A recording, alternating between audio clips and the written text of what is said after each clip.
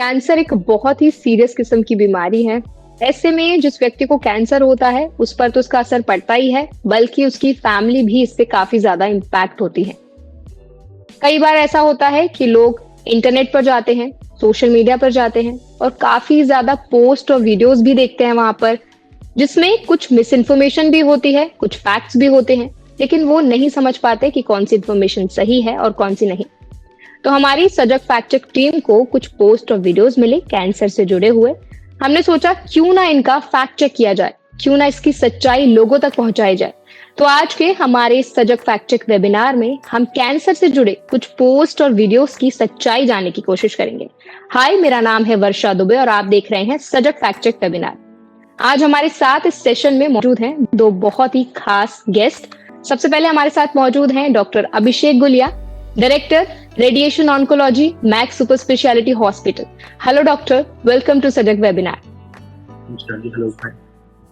इसके साथ ही हमारे साथ एक और डॉक्टर मौजूद हैं, doctor Samit Purohit, director MBBS MD DM medical oncology, action cancer hospital.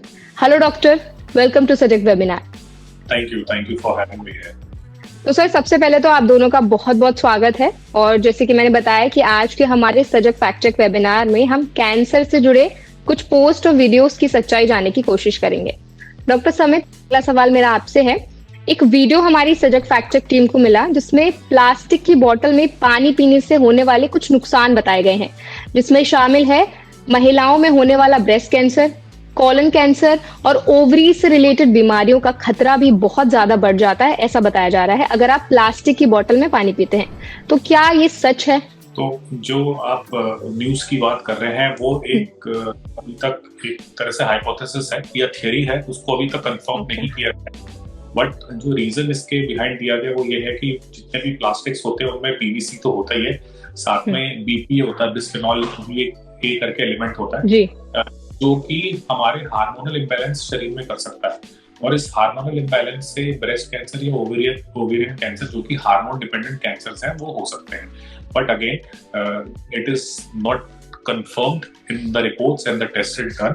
Plastic और नैनो प्लास्टिसाइजर्स एलिमेंट्स ऐसे होते हैं जो हमारे शरीर में जाके हमारे DNA में उसके इंटरकैलेट करके उसको नुकसान पहुंचा सकते हैं। तो ये थ्योरी है इन सबके बिहाइंड। डेफिनेटली प्लास्टिक का यूज कम रखना चाहिए, बट वेदर उससे होगा ही होगा ये अभी कंफर्मेशन नहीं। तो सर, आप इस पोस्ट को किस कैटेगरी में रखना चाहेंगे?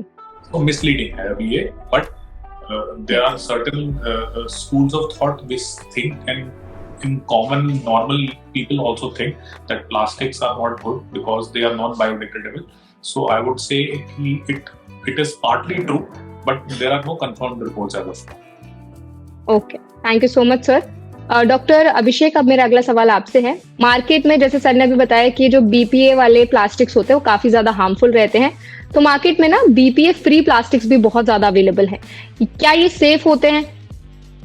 देखिए, अभी तक जैसा कि डॉक्टर स्मिथ ने बताया कि अभी तक हमें यही प्रूव नहीं है कि BPA जो युक्त प्लास्टिक्स हैं वो कितने हार्मफुल हैं, ऑल्दो हार्मफुल हैं, लेकिन कैंसर से डायरेक्ट लिंकेज उनका अभी तक इतना कोई साइंटिफिकली प्रूवन नहीं है। सो BPA फ्री का तो फिर सवाल ही नहीं उठता। ये जरूर है कि BPA एक जाना माना हार्मफुल प्रोडक्ट है, कई देशों में इसको बैन भी किया गया है। तो it is always preferable to use, अगर आपको प्लास्टिक यूज करना है, इट इज ऑलवेज प्रेफरेबल कि BPA फ्री वाला जो प्लास्टिक है वो यूज करें, और अगर हो सके तो प्लास्टिक की बोतल ना यूज करें, आप कांच की बोतल या स्टील की बोतल यूज कर सकते हैं। बिल्कुल, thank you so much doctor. Doctor Samit, मैं आपसे जानना चाहूंगी, हमारे किचन में ना बहुत सारे अलग अलग तरीके के आइटम्स अवेलेबल होते हैं। प्लास्टिक के अलावा कौन से किचन आइटम्स या कंटेनर्स कैंसर का रिस्क बढ़ा सकते हैं या फिर बीमारियों का रिस्क बढ़ा सकते हैं? तो कुछ आइटम्स हैं जिनको ऑफ लेटली पिछले कुछ सालों में हमने उस क्वेश्चन मार्क या ग्रे जोन में डाला है, जिसमें ऑब्वियसली प्लास्टिक जैसे हमने डिस्कस किया। इसके अलावा नॉन स्टिक कुकवेयर्स हैं, माइक्रोवेव्स हैं, फिर food items specially which are rich in sugar, उनमें है प्रोसेस्ड मीट्स है। इसके अलावा जो पैक्ड फूड आइटम्स हैं, सिल्वर एल्यूमिनियम फॉइल्स हैं, तो बहुत सारे आइटम्स हैं जिनको हमने एक क्वेश्चन मार्क में डाला हुआ है। But again there are no confirmatory reports, but जैसे डॉक्टर गुलिया ने बोला, it's better to avoid most of these items and use glass और स्टील इंस्टेड। सर आपने एल्यूमिनियम फॉइल के बारे में बात की, क्या इसके लिए ऑल्टरनेटिव है? I think cloth is the best alternative for it. Wow, that's great, thank you so much sir. Doctor Abhishek, अब अगला सवाल मेरा आपसे है। सो बेसिकली एक पोस्ट हमारी सजग फैक्ट चेक टीम को मिला जिसमें कैंसर से जो फ्रूट्स आपको बचा सकते हैं उनकी कुछ लिस्ट दी गई है। मैं एक एक करके आपको फ्रूट बताऊंगी और उससे रिलेटेड जो स्टेटमेंट दिया गया है वो मैं आपको बताऊंगी, आप बस उसको 1 by 1 क्लियर करिएगा। तो सबसे पहला जो फ्रूट दिया गया है वो है पपीता। बताया गया है कि सेहत के लिए फायदेमंद होता है और इससे रेगुलर खाने से कैंसर जैसी घातक बीमारी का जोखिम बहुत ज्यादा कम हो सकता है। तो क्या ये सही है? जी, एक तरह से सही बात है कि फ्रूट्स और वेजिटेबल्स खाने से हमारे शरीर में एंटीऑक्सीडेंट्स आते हैं, मल्टीविटामिन्स आती है, फाइबर आता है, बहुत तरह के एंटी कैंसर कंपाउंड्स होते हैं रॉ फ्रूट्स में, और पपीता उन सब फ्रूट्स में एक फ्रूट है जो कि बहुत ही अच्छा फ्रूट है। सो डेफिनेटली यस, पपीता और भी बहुत सारे फ्रूट्स बॉडी में कैंसर के रिस्क को कम करते हैं। बिल्कुल। ओके, दूसरा फ्रूट है संतरा। बताया गया है कि संतरा कैंसर से बचाने और इलाज के दौरान तेजी से रिकवरी करने में मदद कर सकता है। ये सही बात है?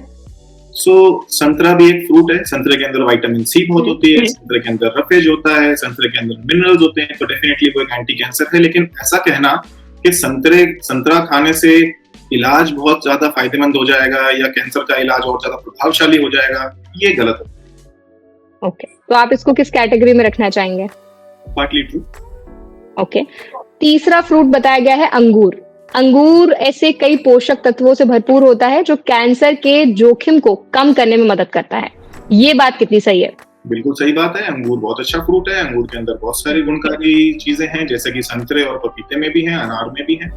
तो सभी विशेषज्ञ जो कैंसर होते हैं वो इस बात पे जरूर एग्री करेंगे कि raw vegetables and raw fruits खाने से, फ्रूट्स तो रॉ ही खाए जाते हैं, हमारे शरीर में एंटी कैंसर कंपाउंड्स जाते हैं। और WHO भी ये बात बोलता है कि रॉ फ्रूट की सर्विंग्स होती हैं लगभग 5 सर्विंग्स, इनसे कैंसर के जो होने के चांसेस होते हैं वो डेफिनेटली कम होते हैं। ओके, फोर्थ जो फ्रूट है उसको बताया गया है एप्पल। इसको बताया गया है कि ये कैंसर से बचाने में मददगार हो सकता है। ये कितना सही है? सो एप्पल के अंदर होते हैं पेक्टिन कंपाउंड्स जो कि हमारे अंदर से कोलेस्ट्रॉल को बाइंड करते हैं। कोलेस्ट्रॉल हमारे अंदर जो एब्जॉर्ब होता है उसको कम करते हैं, एब्जॉर्प्शन उसकी। एप्पल की पील बहुत इंपॉर्टेंट होती है, बहुत गुणकारी तत्व उसमें होते हैं, लेकिन दुखद रूप से एप्पल की पील में आजकल हम वैक्स लगा देते हैं, इसीलिए उसको ज्यादातर जो विशेषज्ञ हैं उसको ये कहेंगे कि उसको पील ऑफ करके खाएं, अदरवाइज एप्पल की पील बहुत गुणकारी होती है। And apple, yes, apple amongst all fruits, yes, is a good fruit. It also contains anti-cancer antioxidants which reduces inflammation in the body, और जरूर खाना चाहिए, कैंसर के रिस्क को कम करता है। बिल्कुल, thank you so much doctor Abhishek. अब डॉक्टर समित, मैं आपसे जानना चाहूंगी, कैंसर जैसे कि हमने बहुत डिस्कशन किया कि बहुत ज्यादा सीरियस बीमारी है, इस बीमारी को अवॉइड करने के लिए क्या कोई लाइफस्टाइल प्रिकॉशंस हैं जो लेने चाहिए? सो आई थिंक कैंसर को कंट्रोल करने के लिए जो मॉडिफाइबल रिस्क फैक्टर्स हैं उसमें लाइफस्टाइल एक बहुत बड़ा रिस्क फैक्टर है, जिसमें आपका डाइट, जिसके लिए हमने ऑलरेडी बात करी है, फ्रूट्स वेजिटेबल्स रिच हो, नट्स लेग्यूम्स बीन्स रिच हो, आप अच्छी क्वांटिटी पे स्पाइसेस सिनेमन ये सब लें। उसके अलावा एक हेल्दी लाइफस्टाइल में आपका एक्सरसाइज आए, सेडेंटरी लाइफस्टाइल ना हो, आपका स्ट्रेस रिलेटेड कम से कम काम हो, आप मेडिटेशन योगा का पार्ट करें। तो आई थिंक ये सारी चीजें हैं जो लाइफस्टाइल्स को मॉडिफाई करते हैं। वंस योर लाइफस्टाइल इंप्रूव्स तो आपके शरीर में जो बिल्ट एसिडिटी पार्ट है वो कम होगा तो आपका शरीर मोर एल्कलाइन होगा, alkaline will keep you cancer free. So that is the whole idea, and definitely a good oxygenation of lungs helps in all this thing. तो I think this is some of everything. Okay sir, अभी आपने बताया कि diet का भी बहुत important role होता है, तो जो कैंसर पेशेंट्स हैं उनकी डाइट कैसी होनी चाहिए? उनकी डाइट में ऐसी कौन सी चीजें हैं जो शामिल होनी बहुत ज्यादा जरूरी है? तो डाइट एक बहुत इंपॉर्टेंट टॉपिक है, एक बट सिर्फ डाइट से कैंसर को कंट्रोल नहीं कर सकते अलोन। एक अच्छी ट्रीटमेंट और साथ में complementary with diet will actually help you. Patient to patient matter करता है। अगर पेशेंट अंडरवेट है तो उसका डाइट डिफरेंट होगा, अगर पेशेंट ओवरवेट ओबीस है तो उसका डाइट डिफरेंट होगा। अंडरवेट में आप फैट्स, कार्बोहाइड्रेट्स सब कुछ देते हो, प्रोटीन्स भी ऐड करते हो। अगर पेशेंट ओवरवेट है तो कार्बोहाइड्रेट्स फैट्स कट करके प्रोटीन्स मेनली रखते हो। फ्लूइड्स का इंटेक अच्छा रखते हो। सप्लीमेंट्स, मिनरल वाइटामिन्स आप उसके साथ देते हो। आपको लगता है कि कैल्शियम की जरूरत है तो आप वो भी देते हो। हेमेटिनिक्स, आयरन बिल्डर्स देते हो। तो ये सारी चीजें हैं। Fluids are very important. You need to have plenty of fluids. कुछ और हैं जैसे कोकोनट वाटर कहते हैं, विच अगेन हेल्प्स। तो ऐसी चीजें हैं जो हमारे रेगुलर डाइट में रहती हैं। जितना अनप्रोसेस्ड फूड को आप लेने की कोशिश करेंगे उतना बेटर है। जितना आप उसको कुक करके प्रोसेस, पैक, ये सब करते जाएंगे उतना उसकी न्यूट्रिशियस वैल्यू लॉस हो जाती है। पहले के टाइम पे हम ये डिस्कस करते थे कि नहीं, रॉ चीजें बिल्कुल अवॉइड करनी है कैंसर पेशेंट्स को। तो now these things are totally changed. It's a total myth. You should promote raw thing in patients diet. You can leave patients जिनको ब्लड कैंसर है, कुछ है, उनको नहीं देना है, बट बाकी ट्यूमर्स को I think it is now very clear कि इट शुड बी एडवोकेटेड। बिल्कुल, thank you so much sir. Doctor Abhishek, अब मैं आपसे जानना चाहूंगी, जैसे कि अभी डॉक्टर समित ने बताया कि क्या क्या चीजें हैं जो कैंसर पेशेंट की डाइट में शामिल होनी चाहिए, और उन्होंने एक बहुत ही इंपॉर्टेंट पॉइंट हाईलाइट किया कि रॉ फ्रूट्स भी उनके लिए हेल्पफुल हो सकते हैं। मैं आपसे जानना चाहूंगी ऐसे क्या डूज एंड डोंट्स हैं जो एक कैंसर पेशेंट को करने हैं। देखिए, जैसा कि डॉक्टर समित ने बताया कि सबसे अगर मैं सिलसिलेवार ढंग से चलूं तो डाइट ऑलरेडी बहुत बात हो चुकी है। रॉ फ्रूट्स एंड वेजिटेबल्स हमें कैंसर से प्रिवेंट करते हैं, कैंसर होने से रोकते हैं। कैंसर के दौरान हमें हाई प्रोटीन डाइट लेनी होती है। जितनी प्रोटीन की आवश्यकता एक नॉर्मल इंसान को होती है, जितनी कैलोरी की रिक्वायरमेंट होती है एक नॉर्मल इंसान को, कैंसर के पेशेंट को उससे थोड़ी सी ज्यादा कैलोरी की रिक्वायरमेंट होती है। जब कैंसर के पेशेंट का इलाज चलता है तो उसमें कई तरह के साइड इफेक्ट्स आते हैं। उसमें हो सकता है कि उसको खाना खाने में थोड़ी सी अपने तब्दीली लानी पड़े, उसको सॉफ्ट फूड्स खाने पड़े, उसको लिक्विड फॉर्म में भी कभी कोई फूड लेना पड़ सकता है, उसका टेस्ट बदल सकता है, इसलिए उसको हाई फ्लेवर वाले फूड्स एंड डाइट्स लेने चाहिए। ये हो गया हमारा फूड पार्ट। और उसमें बहुत बार हमने ये देखा है कि जब कैंसर होता है किसी को, वो अपने लाइफस्टाइल में एकदम से इतना चेंजेस ले आते हैं, वो सुबह उठ के योगा करने लग जाते हैं, जॉगिंग करने लग जाते हैं। सो एक्सरसाइज करना बहुत जरूरी है कैंसर पेशेंट के लिए। लेकिन अगर आप एक रूटीन में एक्सरसाइज करते आ रहे हैं, आपकी बॉडी को उसकी आदत है, यू शुड कैरी ऑन, तो वो करते रहना चाहिए। लेकिन कैंसर होते ही आप सडनली बहुत ज्यादा एक्सरसाइज करने लग जाएं, एकदम से आप अपने लाइफस्टाइल को ट्रेमेंडसली चेंज करना चाहें, वो आपको नहीं करना चाहिए। Routine exercises are very beneficial. Yoga बहुत अच्छा रहता है, लेकिन बहुत ज्यादा स्ट्रेनस एक्सरसाइजेस कैंसर में नहीं करनी चाहिए। ये होगी हमारी इस पे बात। ये और दूसरी और तीसरी बात, जब भी हमारे समाज में किसी को कैंसर होता है, हम लोग जरूर आसपास के अपने पड़ोसियों से, रिश्तेदारों से उसको डिस्कस करते हैं। सलाह देने वाले बहुत लोग हैं। जिनको कैंसर का ज्ञान नहीं है, जिसको कैंसर का ये तक नहीं पता कि कैंसर होता क्या है एक्चुअली, वो तक भी सलाह देते हैं। और हम इंसान उस टाइम पेशेंट इतना डरा हुआ होता है कि वो ससेप्टेबल होता है, बहुत ज्यादा चीजों को सुनने लगता है और कई तरह से उसको मानने भी लगता है। जैसे हमने कितने पेशेंट्स देखे जिन्होंने गेहूं छोड़ दिया, कोई अलग अलग तरह के काढ़े पीने शुरू कर देते हैं, कोई एकदम से wheat grass oil, wheat grass juice और गिलोय का रस, जिससे लीवर फेलियर भी हो सकता है। सो एक रूटीन लाइफ, नॉर्मल लाइफ जो आप जीते आए हैं विद एक्सरसाइजेज, योगा, मॉडरेशन में फूड खाएं, जो आप खा सकें वो जरूर खाएं, जो आप खाना चाहें वो खाएं। हाई कैलोरी घर का बना हुआ खाना, आउटसाइड फूड को थोड़ा अवॉइड करें। ये सारे dos and don'ts cancer patient को लेने चाहिए और इससे इनके इलाज में सबसे ज्यादा फायदा। बिल्कुल। और सर, आपने एक बहुत इंपॉर्टेंट बात कही है कि जो लोग होते हैं जिन्होंने कभी कैंसर फेस नहीं किया, कभी कैंसर के बारे में पढ़ा नहीं, उनको पता भी नहीं कैंसर होता क्या है, वो भी ज्ञान देते हैं और इसकी वजह से क्या होता है, पेशेंट और ज्यादा डर जाता है। तो ये बहुत इंपॉर्टेंट पॉइंट है आई थिंक कि पेशेंट को डरना नहीं है, अपने डॉक्टर से सजेशंस लेने हैं, प्रॉपर मेडिकेशंस लेने हैं और जो बातें आपने बताई डूज एंड डोंट्स वो फॉलो करने हैं। डॉक्टर समित, अगला सवाल मेरा आपसे है। हमें एक और वीडियो मिला जिसमें एक बॉइल्ड कोकोनट वाली हेल्दी ड्रिंक की बात की गई है। सबसे पहले इसमें बताया गया है कि कोकोनट में एक होल करना है एंड फिर उसको लाइन स्लाइस से ढकना है, कोकोनट को बॉयल होने तक हीट करना है, साथ ही घर पर इसे और सेफ बनाने के लिए केटल में बॉयल करना है। इस ड्रिंक के 2 बेनिफिट्स बताए गए हैं, जिसमें से एक है कि ये ड्रिंक कैंसर सेल्स को किल कर देता है। कोकोनट वाटर में कोकोनट जेली ऐड करना है, पर्ल्स ऐड करने हैं और फिर उसको और हेल्दी बनाने के लिए उसमें ब्लैक टी ऐड करनी है एंड इसमें मिंट लीफ को भी ऐड करना है, इससे रिलैक्सिंग टेस्ट आएगा। एंड इसी वीडियो में एंड में बताया गया है कि फैक्ट सेज कि इसको डेली पीने से डेथ का रिस्क कम हो जाता है। इस स्टेटमेंट पे कितनी सच्चाई है? Again, it's a misleading statement. Coconut water का अपने बेनिफिट्स हैं, उसमें लॉरिक एसिड होता है जो कि एंटी इंफ्लेमेटरी होता है, जो कि इन्फ्लेमेशन, इन्फेक्शन, कैंसर सेल्स को कंट्रोल कर सकता है, बट वो बहुत माइन्यूट क्वांटिटी में होता है। कोकोनट वाटर का मेन यूज हम हाइड्रेशन के लिए, इलेक्ट्रोलाइट्स के लिए ज्यादा करते हैं। काफी जगह मैंने देखा है कि लोग कोकोनट वाटर को as a staple diet use करते हैं, खाना नहीं खाते और कोकोनट वाटर ज्यादा लेते हैं। तो coconut water is a very very supplementary thing which should be given along with the diet.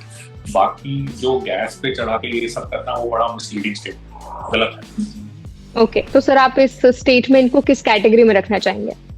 Misleading. Okay, thank you so much sir. Doctor Abhishek, अब अगला सवाल मेरा आपसे है। जैसे कि अभी सर ने बताया कि कोकोनट वाटर हेल्पफुल है, लेकिन जरूरी नहीं है कि कैंसर के लिए ये आपकी कुछ मदद कर सकता है, कैंसर के रिस्क को कम कर सकता है। मैं आपसे जानना चाहूंगी, ऐसे क्या कोई ड्रिंक्स हैं जो कैंसर पेशेंट्स के लिए, कोई जूसेस हो गए, ड्रिंक्स हो गए, उनके लिए हेल्पफुल रह सकते हैं? जब भी हमें कोई ड्रिंक चूज करना है तो we should choose natural drinks.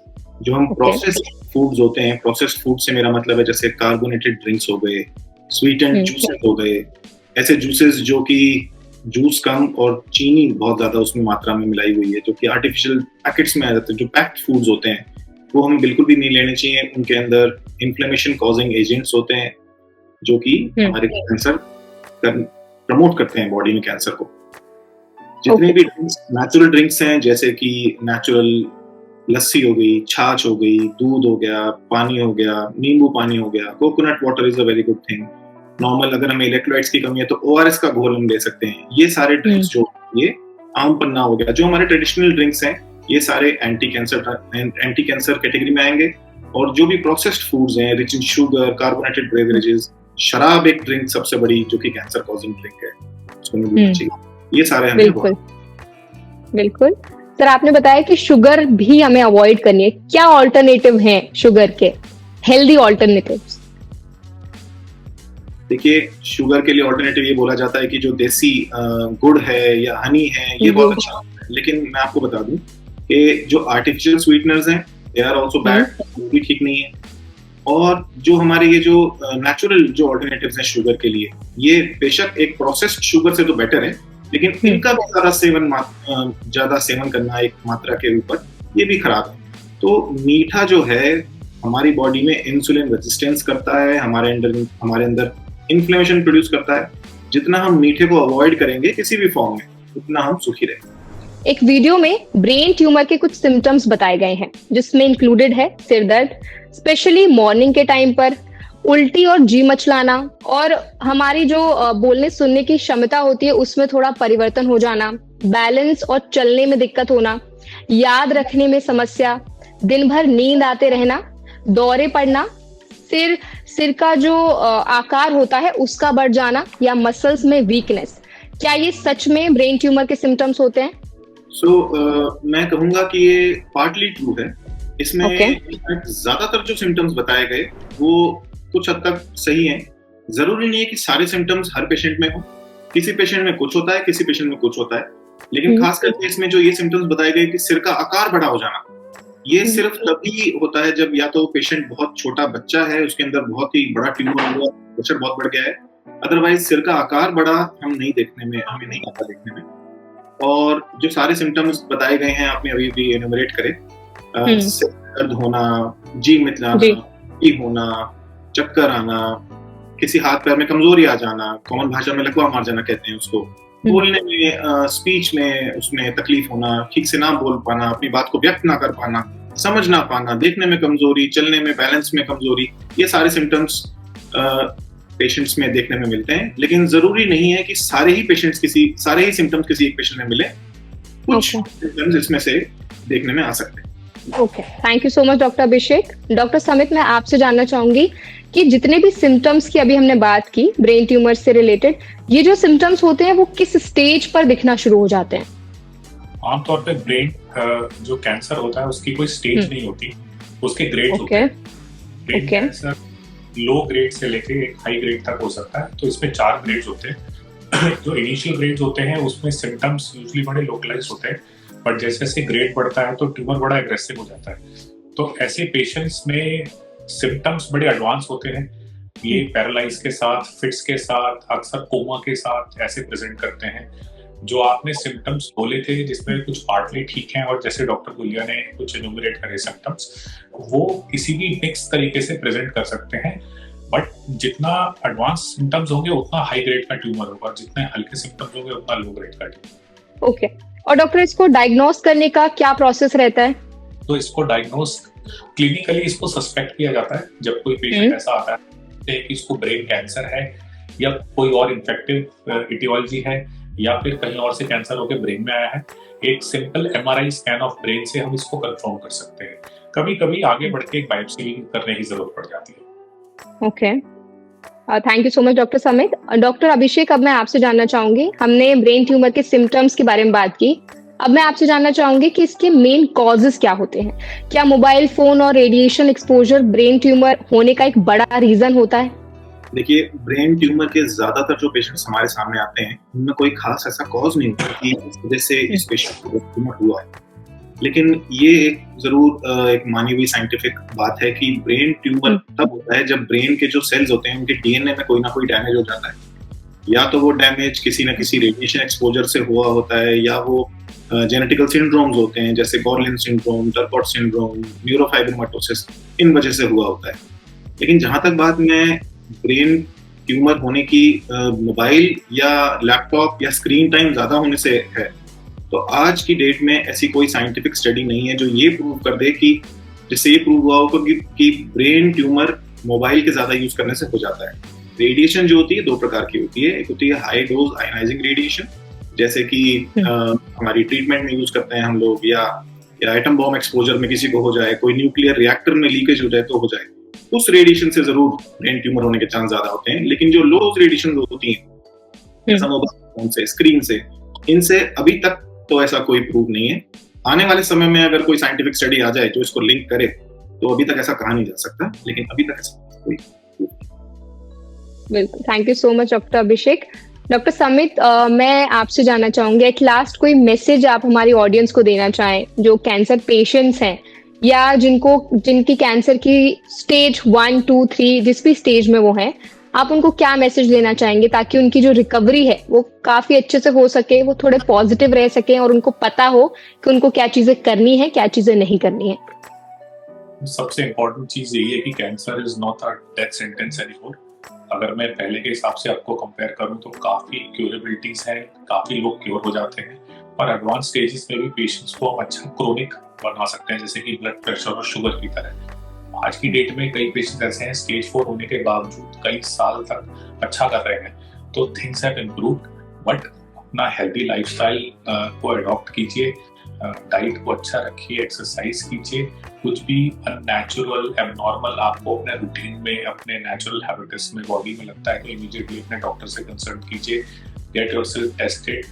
जितने भी स्क्रीनिंग में कैंसर्स पाए जाते हैं उसमें क्योर रेट्स बहुत हाई होते हैं, 98%, 99% होते हैं। तो मिसलीडिंग स्टेटमेंट में मत जाइए, व्हाट्सएप यूनिवर्सिटी पे मत जाइए, फॉलो कीजिए अपने डॉक्टर की एडवाइस। और जो ट्रेडिशनल डाइट्स हैं वो बहुत अच्छी डाइट्स हैं, फ्लूइड इनटेक को अच्छा रखिए, and that will help you win over cancer और definitely prevent against cancer. Thank you so much doctor Samit. Doctor Abhishek, अगर आप कोई मैसेज देना चाहे हमारी ऑडियंस को? देखिए, हर कोई ये जानना चाहता है कि कैंसर कैसे ना हो। हाँ, बिल्कुल। कैंसर नहीं होगा, क्या करने से कैंसर होगा, लेकिन दुखद रूप से कोई एक चीज ऐसी नहीं है कि आप ये ना करें तो कैंसर हो जाएगा या ये करें तो कैंसर नहीं होगा। हमें 2-3 चीजों का ध्यान रखना होगा। जैसे एक तो हम अपना हेल्दी लाइफस्टाइल रखें। हेल्दी लाइफस्टाइल पे काफी बात ऑलरेडी हो चुकी है, डॉक्टर समित ने बता दिया है कि अपनी डाइट अच्छी रखें, वजन ना बढ़ने दें, एक्सरसाइज करें, खुश रहें, पॉजिटिव माइंडसेट के साथ लाइफ को अप्रोच करें, ज्यादा स्ट्रेस ना लें। बुरी चीजें जो कि हमारे बड़े बूढ़े भी कह गए, शराब सिगरेट से दूर रहें, इन चीजों से दूर। इन सब चीजों से कैंसर होता है। ना सिर्फ कैंसर बल्कि हार्ट की जो बीमारी है वो भी इन सब चीजों से होती है। कैंसर ऐसी बीमारी है जिसमें बचाव ही इसका सबसे अच्छा इलाज है, यानी कि इसके बचा जाए, और अगर किसी को ये हो जाए तो उसको जितना जल्दी हम पकड़ेंगे उतना ही इसका हम अच्छा इलाज कर पाएंगे। कम इलाज में सफलता के चांस ज्यादा हो जाते हैं उसमें। अर्ली स्टेज में अगर पकड़ते हैं तो ना सिर्फ हमें इलाज कम करना पड़ता है, और हमें जो सक्सेस के चांसेस हैं, क्योर के रेट्स जो वो बहुत ज्यादा अच्छे होते हैं। आजकल कैंसर बहुत ही क्योरेबल बीमारी है। अगर अर्ली स्टेजेस में आते हैं पेशेंट्स हमारे पास तो सही इलाज से लगभग 70 से 80% पेशेंट्स बिल्कुल ठीक हो जाते हैं, that too without side effects. तो इसीलिए कैंसर से डरे नहीं, ज्यादा इधर उधर ना बात करते हुए सीधा आप एक स्पेशलिस्ट के पास आए, डॉक्टर के पास आए, सही इलाज सही समय पे शुरू करें तो आपके ठीक होने के चांसेस बहुत अच्छे हो जाते हैं। बिल्कुल। Thank you so much doctor Abhishek, thank you so much doctor Samit. आज आपने हमें और हमारी ऑडियंस को कैंसर से जुड़े जो भी मिथ्स थे उनको क्लियर किया, उन तक सही जानकारी पहुंचाई, और हमें आज ज्वाइन करने के लिए आपका बहुत बहुत धन्यवाद। Thank you. आई होप आज की वीडियो में जो भी इंफॉर्मेशन हमारे डॉक्टर्स ने आपके साथ शेयर की है वो आपको हेल्पफुल लगी होगी। आपके जितने भी कंफ्यूजन्स थे, जितने भी मिथ्स थे कैंसर को लेके, सारे क्लियर हुए होंगे। और इसके साथ ही अगर आपको ये सेशन पसंद आया हो तो वीडियो को लाइक करें, ज्यादा से ज्यादा शेयर करें, और ऐसी और भी वीडियोस देखने के लिए हमारे चैनल को सब्सक्राइब करना ना भूलें।